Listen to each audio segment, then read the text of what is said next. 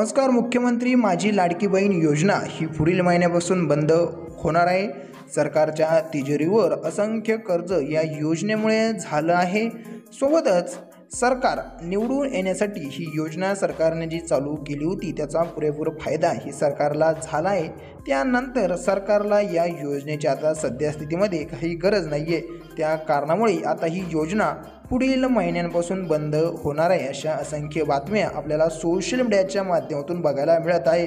परंतु या मागचं नेमकी सत्य काय आहे आणि मुख्यमंत्री माझी लाडकी बहीण योजनेसंबंधीची आणखी एक महत्त्वाची माहिती ही समोर आली आहे, जी एकनाथजी शिंदे यांनी आज स्पष्ट केली आहे. म्हणून व्हिडिओ अत्यंत महत्त्वाचा आहे, त्याकरता व्हिडिओ शेवटपर्यंत बघा. राज्याचे उपमुख्यमंत्री एकनाथ शिंदे यांनी मुख्यमंत्री माझी लाडकी बहीण यावरती भाष्य केले आहे. अत्यंत महत्त्वाचं भाष्य हे त्यांनी आज केलं आहे.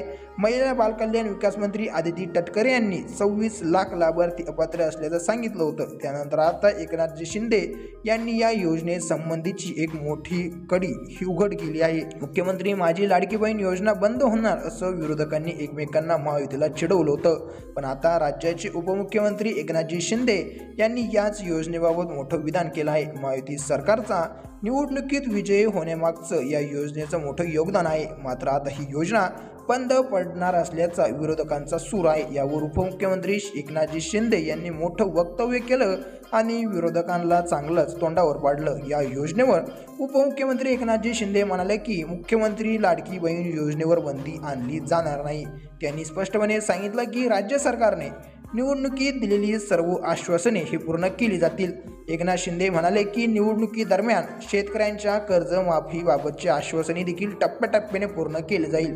नुकतेच महिला बाल कल्याण विकास मंत्री आदिती तटकरे म्हणाले की सरकारने प्रथमदर्शी 26 लाख लाभार्थी अपात्र असल्याचं सांगितलं. त्यानंतर एकनाथ शिंदे यांनी या योजनेवर आपलं मौन सोडलं आहे. राज्यात मुख्यमंत्री लाडकी बहीण योजनेसाठी 26 लाख अपात्र लाभार्थ्यांची ओळख आदिती तटकरे यांनी पटवून दिली होती. त्यानंतर अपात्र लाभार्थ्यांचा डेटा पडताळणीसाठी जिल्हा अधिकाऱ्यांकडे सुपूर्द करण्यात आला. संबंधित अपात्र लाभार्थ्यांची माहिती आदिती तटकरे यांनी एका सोशल मीडियावर पोस्ट करत दिली होती. त्यानंतर आदिती तटकरे म्हणाल्या होत्या की यापुढील चौकशी पूर्ण झाल्यानंतरच योग्य ती कारवाई केली जाईल. तसेच सर्व पात्र महिलांना मुख्यमंत्री माझी लाडकी बहीण योजनेचा लाभ मिळत राहील यावरही त्यांनी भर दिला होता.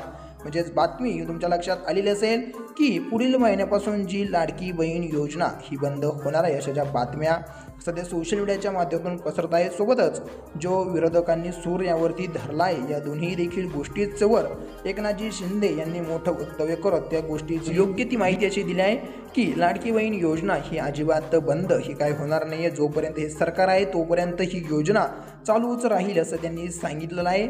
तरी मग तुम्ही देखील अशा अफवांपासून सावध राहा आणि योग्य ती माहिती अशा सोशल मीडियाच्या माध्यमातून घ्या. त्याकरता आपले यूट्यूब चॅनल सबस्क्राईब नक्की करून घ्या. तर मग चला भेटत राहूया असेच नवीन महत्त्वाचे अपडेट घेऊन. तोपर्यंत धन्यवाद.